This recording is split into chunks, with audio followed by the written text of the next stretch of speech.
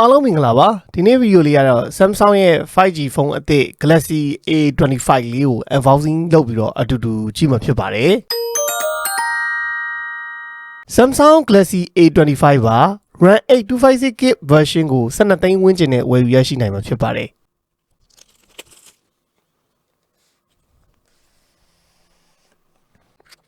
Type C ဂျို user guide ပါမယ်ထုတ်ပိုးမှုပုံစံကတော့ Samsung ရဲ့ထုံစံတိုင်း plastic မသုံးတော့ဘူးเนาะ recycle လုပ်နိုင်တဲ့ recycle use paper တွေကိုပဲသုံးထားတယ်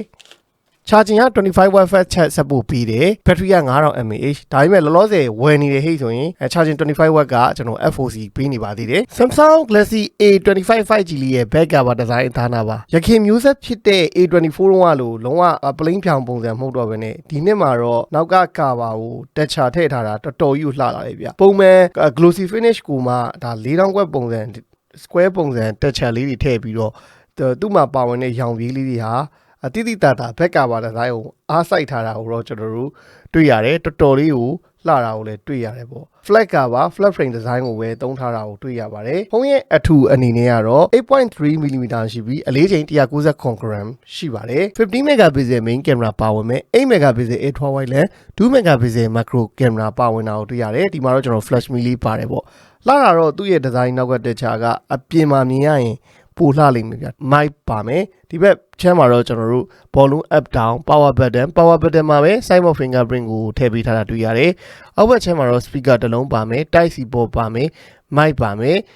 3.5mm audio jack port ပါမယ်ဒီဘက်မှာတော့ကျွန်တော် SIM slot လေးကိုထည့်ပေးထားတာတွေ့ရပါတယ် SIM card ကတော့ hybrid SIM slot ဖြစ်ပြီးတော့ SIM card 2 ကတ်ထည့်သွင်းအသုံးပြုမှာဆိုရင်တော့ memory card ထည့်လို့ရမှာမဟုတ်ပါဘူးတကယ်လို့ memory card ထည့်သွင်းအသုံးပြုခြင်းနဲ့ဟိတ်ဆိုရင်တော့ SIM card 1 ကတ်ပဲထည့်လို့ရမှာဖြစ်ပါတယ် screen size အနေနဲ့ 6.5 inch super AMOLED display ကိုအသုံးပြုပေးထားပြီး refresh rate အနေနဲ့ 120Hz support ပေးမှာဖြစ်တယ်လို့ Full HD resolution နဲ့ကျွန်တော်တို့ကြည့်ရအောင်ပါ selfie camera အနေနဲ့ကတော့ 30 megapixel selfie camera ပါဝင်မှာဖြစ်ပါတယ်မပြောင်းလဲတဲ့အကြောင်းတရားတွေထဲမှာတော့ pan show လေးနဲ့မဟုတ်ဘူး notch နဲ့ပဲလာမယ်ချင်းနေပါစေတွေကတော့ A24 တုန်းကလိုပဲထူမြဲထူဆဲအနေထားမှာရှိပါတယ်ပိုကောင်းလာတာကတော့ 5G version SoC ဖြစ်တဲ့ Exynos 1280ကိုအသုံးပြုပေးထားတာတော့ဒီဖုန်းရဲ့ပိုကောင်းလာတဲ့အချက်တွေကတစ်ခုပေါ့ကျွန်တော်တို့ဆက်လက်လေးလုပ်ကြည့်ရအောင်ပါ Galaxy A25 လေးကိုကျွန်တော်တို့ဆက်လက်လုပ်ပြီးတော့မြင်တွေ့ရမယ်အနေထားဒီသဘောကျစရာကောင်းတဲ့အချက်ကတော့သူ့ရဲ့ Super AMOLED display ကကျွန်တော်တို့ဆက်လက်လုပ်နေတဲ့အချိန်မှာကြည့်ရတဲ့မြင်ကွင်းရအောင်တော်တော်ကြည့်လို့အဆင်ပြေတယ် peak brightness အနေနဲ့က1000နစ်အထိပါဝင်တယ်ပေါ့နော်ဒါပေမဲ့ဒီ1000နစ်ဆိုတာတော်တော်ကျွန်တော်လုံလောက်အလင်းရတဲ့အနေထားတစ်ခုမှရှိပါတယ်ပေါ့နော်ဒီမှာကျွန်တော်ကြည့်လိုက်ပါ Samsung ရဲ့ထုံးစံတိုင်းကတော့ကျွန်တော် Google service ဘာညာပူစရာမလိုအကုန်လုံးပါဝင်တယ် Samsung တွေကိုပုံမှန်သူ့ရဲ့ Samsung fan တွေအဓိကကြိုက်တဲ့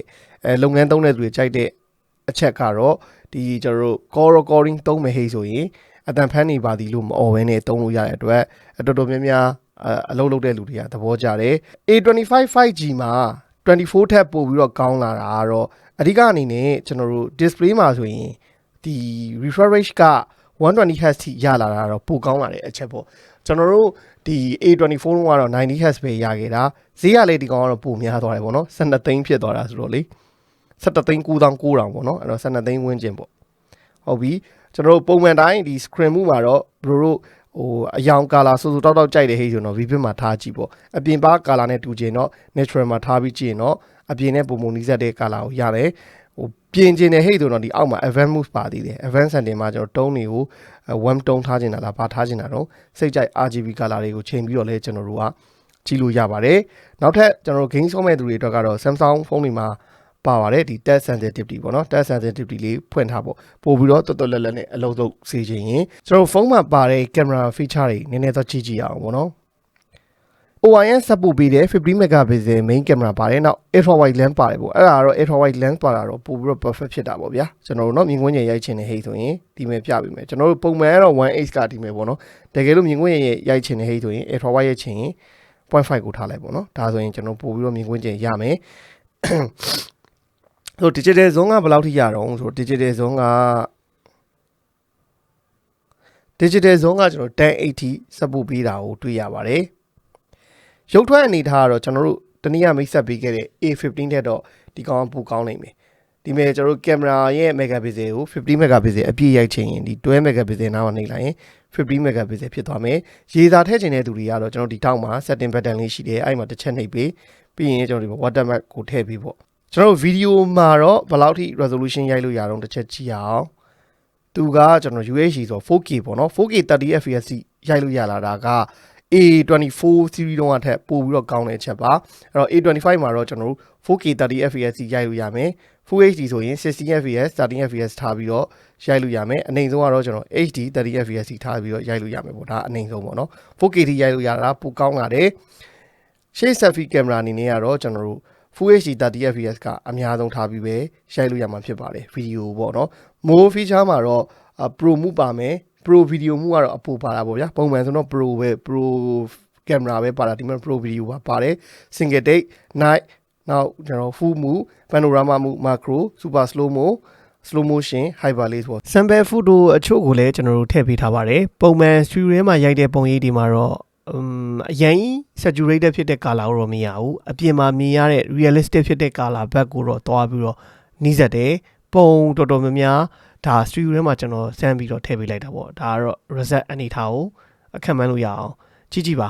သူ့မှာပါဝင်တဲ့ selfie camera ရဲ့ main camera ရဲ့နဲ့ portrait ရိုက်တဲ့ပုံတွေကိုလည်းထည့်ပေးထားတယ် skin tone တွေက smooth လုပ်လိုက်တာမဟုတ်ဘဲနဲ့တဘာဝကြရှိသိရှိလိုက်တဲ့ဟို skin texture အနေထားနဲ့ပြင်ပေးထားပြီးတော့ရုပ်ထွက်တွေအဆင်ပြေရတာကိုကျွန်တော်တို့တွေ့ခဲ့ရတယ်ဒီ ultra wide lens နဲ့ main lens နဲ့နည်းနည်းကွာခြားချက်ကြည့်အောင်လဲဒီမှာကျွန်တော်တို့နည်းနည်းလေးရိုက်ပြီးထားပါတယ်အဲ့တော့ပုံထွက် result ကတော့ဒါတွေပဲပေါ့နော်ပါဝင်တဲ့ side mount fingerprint ကလည်းကျွန်တော်တို့မြင်တဲ့အတိုင်းတွတ်လက်အလုပ်လုပ်တာကိုတွေ့ရတယ်ကျွန်တော်တို့အခုဆမ်းမှာတော့ sound နဲ့ display နဲ့ပေါ့နော်အတန်နဲ့ရုပ်ထွက်နဲ့ကိုဆမ်းမယ်ဒီကောင်ကတော့ကျွန်တော်တို့ဒီပုံမှန်ဒီတိုင်းမြင်နေမယ်ဟေ့ဆိုတော့ speaker တစ်လုံးနဲ့ပါတယ်ထင်ရမယ်တကယ်တော့မဟုတ်ဘူးသူက earpiece ကပါပြီးတော့ dual speaker ပါလာတာပိုကောင်းလာတာကတော့ A24 တုန်းက mono speaker ပေါ့ကွာဒီကောင်က dual speaker ဖြစ်တဲ့အတွက်တော်တော်ပိုကောင်းလာမယ်လို့မျှော်လင့်နေနောက်တစ်ခုကကျွန်တော်ဒီ DOLBY ATMOS feature ပေါ့တကယ်လို့ဒီ Samsung ဖုန်းတွေမှာ DOLBY ATMOS feature ပါတယ်ဆိုဒီကောင်ကတော့ပါတယ်အဲ့တော့ setting တွေကနေပြီးတော့ကျွန်တော်တို့ sound and vibration ဆိုတာရှိတယ်အဲ့တော့ sound and vibration တွေကိုကျွန်တော်တို့ဝင် sound and vibration တွေကမှကျွန်တော်ဒီမှာ sound quality and effect ဆိုတာရှိပါတယ်အဲ့ကောင်လေးကိုကျွန်တော်ဖွင့်ပေးလိုက်ပေါ့ဖွင့်ပြီးရင်ကျွန်တော်ဒီမှာသူ့ရဲ့ speaker တွေမှာ DOLBY ATMOS သုံးခြင်း on ပေးပါနောက်တစ်ခုကကျွန်တော် gain ဆော့တဲ့နေရာပေါ့နော် gain ဆော့တဲ့နေရာမှာဒီ DOLBY ATMOS for gaming လေး on ထားတဲ့ hey ဆိုတော့ပို့ပြီးတော့တဘာဝကျတဲ့အတန်ထွက်ကိုခံစားနိုင်မယ်ဆိုပြီးတော့ဒီမှာတော့ရေးထားတယ်ပေါ့ဗျာအဲ့တော့ကျွန်တော်တို့ badge ဆော့တာပါညာမှာပို့ပြီးတော့ကောင်းတဲ့ဟာကိုရပြီပေါ့ okay ဟုတ်ပြီအဲ့တော့ DOLBY ATMOS လည်းဖွင့်ပြီဆိုတော့ကျွန်တော်တို့ဝင်ပြီးတော့သူ့ရဲ့အတန်နဲ့ရုပ်လေးကိုစမ်းကြည့်လိုက်အောင်ပါ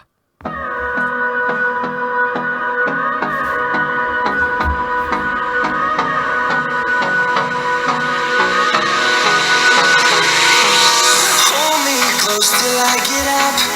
time is barely on our side. I don't wanna waste what's left. The storms we chase are leading us, and love is all we'll ever trust. Yeah, no, I don't wanna waste what's left. And on we'll go through the wastelands, through the highways, till my shadow turns to sun rays. And on we'll go through the wastelands, through the highways. And on we'll go.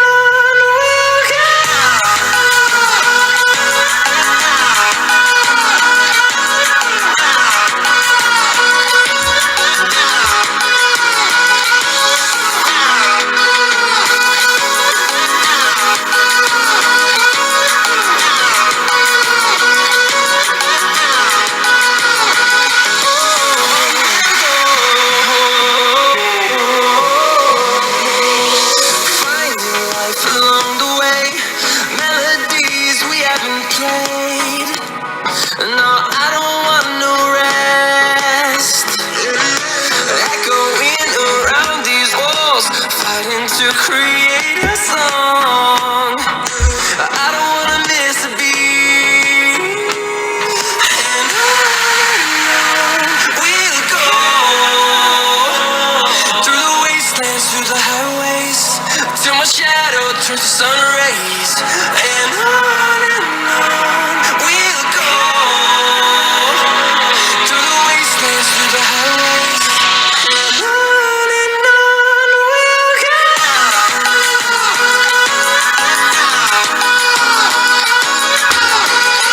We'll grow in numbers.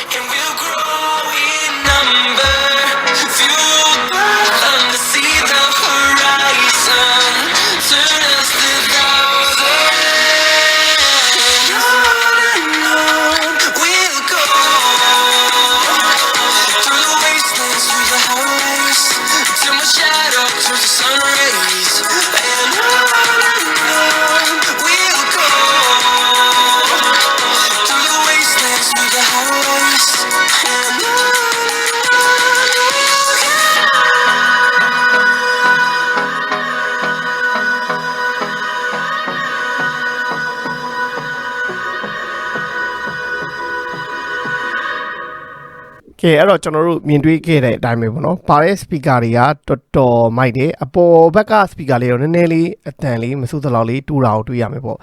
ကျွန်တော်ရှိမှ video ထဲမှာလည်းဘယ်လောက်ကွာတယ်ဆိုတာအတိုင်းတာနဲ့ပြခဲ့ပြီးရုပ်ထက် display ကတော့တကယ်ပြောစရာမလိုပါဘူးတော်တော်ကိုကြည့်ရတဲ့ဒီ saturation တွေရော color accuracy တွေရော contrast တွေရောကျွန်တော်အနက်ရောင်စစ်ကြည့်လို့ကောင်းတယ်ဗျာသူ AMOLED ဘန်တွေက သူ့ရဲ့ super AMOLED ပေါ့ဗျာသူတို့ခေါ် super AMOLED ကဘာပြောတော်တော်မိုက်တယ်အဲ့တော့သူ့မှာပါဝင်တဲ့ multimedia ဘိုင်းအတွက်ခံစားဖို့အတွက် DOLBY ATMOS support ပေးတဲ့ speaker နှလုံးရဲ့ display ရေကတော့လုံးဝ Samsung ကြိုက်တဲ့သူတွေအတွက်သဘောကျနှစ်သက်မဲ့အနေအထားမှာရှိပါတယ်ကျွန်တော်လည်းသဘောကျပါတယ် Galaxy A25 Exynos 1280မှာကျွန်တော် graphic setting တွေဘယ်လောက်ပွင့်အောင်ကြည့်ရအောင်ပါ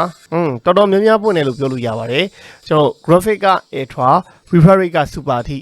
ပွင့်ပါတယ်ပေါ့သူရဲ့ battery ဘယ်လောက်ခံတော့ကျွန်တော်ဘယ်လောက်အနေထားဆော့လို့ရအောင်တော့ကျွန်တော်တို့နောက်ရက်မှာ real time performance test လုပ်ပြီးတော့အသေးစိတ်စမ်းပေးပါမယ်ဗျကျွန်တော်တို့ Exynos SoC တွေကများသောအားဖြင့်ဒီ patch ဆိုရင် graphic setting တွေအမြင်ကြီးမပွင့်ဘူးဗျဒီကောင်မှလည်းဘယ်လောက်အနေထားဒီပွင့်မလို့ကြည့်ရအောင်ဒီကောင်မှလည်းကျွန်တော် smooth က high balance က high HD high ပေါ့နော် high အထိပဲပွင့်နေ ultra တော့မရဘူးပေါ့နော်ကျွန်တော်တို့အဲ့တော့ sensitivity မှာ gyroscope ပါပါတယ်အဲ့တော့ gyroscope ပေါ်လာတော့ကျွန်တော်ဝင်ပြီးတော့အစမ်းကြည့်ရအောင်ပေါ့ပါတဲ့ gyro sensor ကတော်တော်လက်အလုပ်လုပ်တာကိုတွေ့ရတယ်ဒါပေမဲ့ graphic setting တွေကတော့ကျွန်တော်ပြောခဲ့တယ်ခုန HD high smooth high balance high ပဲရမှာပါเนาะ gyro တော်တော်ပေါ့ပါတယ်ကျွန်တော်တို့ real time performance test စမ်းတဲ့နေရာမှာလည်းဒီ patch ကြီးလဲကျွန်တော်တို့ထည့်ဆန်းပေးပါမယ်ပေါ့နော်အဲ့ဒါတော့အသေးစိတ်ကတော့ကျွန်တော်တို့ဘယ်လောက်ဘူးတက်တုံပါကြတော့နောက်ရက်မှာပြန်ပြောပေးပါမယ်ဗျ Galaxy A25 5G လေးကိုဒါ unboxing လုပ်ပြီးတော့ first impression အနေနဲ့ပြောပြရင် big quality design အသားနာအနေနဲ့ကတော့ဒီ A24 နဲ့တိစောက်ပုံ design အသားနာတော်တူတယ်လို့ပြောလို့ရတယ်တကယ်တမ်းဟိုကတိကသက်ပြောရရင်မတူဘူးဆိုတော့ဒီနားလေးမှာ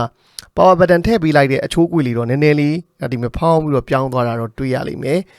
အဓိကအားစိုက်ထားတာတော့ design ဘိုင်းမှာတော့ back cover ပေါ့နော် back cover မှာကျွန်တော်တို့မြင်တဲ့အတိုင်းသူရဲ့ square texture design လေးနဲ့ရောင်ပြေးလေးတွေထည့်ပေးထားတာတော်တော်ကြီးကိုလှလာတာတွေ့ရတယ်အရင်တော့ကကျွန်တော် Samsung ကဘယ်လိုပြောမလို့လုံးဝအယောင်တပြေးတဲ့ color နဲ့လာတဲ့အနေထားနေနည်းနည်းလေးတော့ cover လေးကိုလှအောင်လုပ်ပေးလာတာကိုတတိထားမိတယ်ပါတဲ့ camera တွေကတော့ဒီ OIS 50 megapixel main camera ကလည်းမစိုးပါဘူးရတဲ့ပုံထွက်အနေထားကျွန်တော်တို့တော်အဆင်ပြေပုံထွက်ကိုရတယ်အဓိက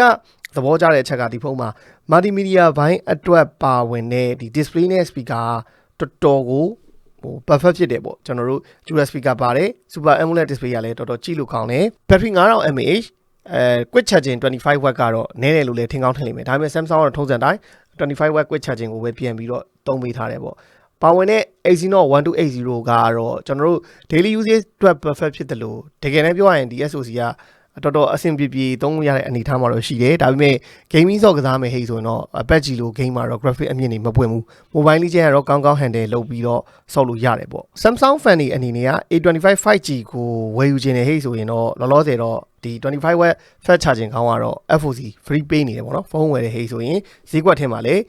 ဝယ်ယူရရှိနိုင်ပါပြီလို့ပြောရင်လည်းကျွန်တော်တို့ဒီနေ့ဗီဒီယိုလေးကိုဒီမှာအဆုံးသတ်ပါမယ်အားလုံးဘိုင်ဘိုင်ပါ Here we go.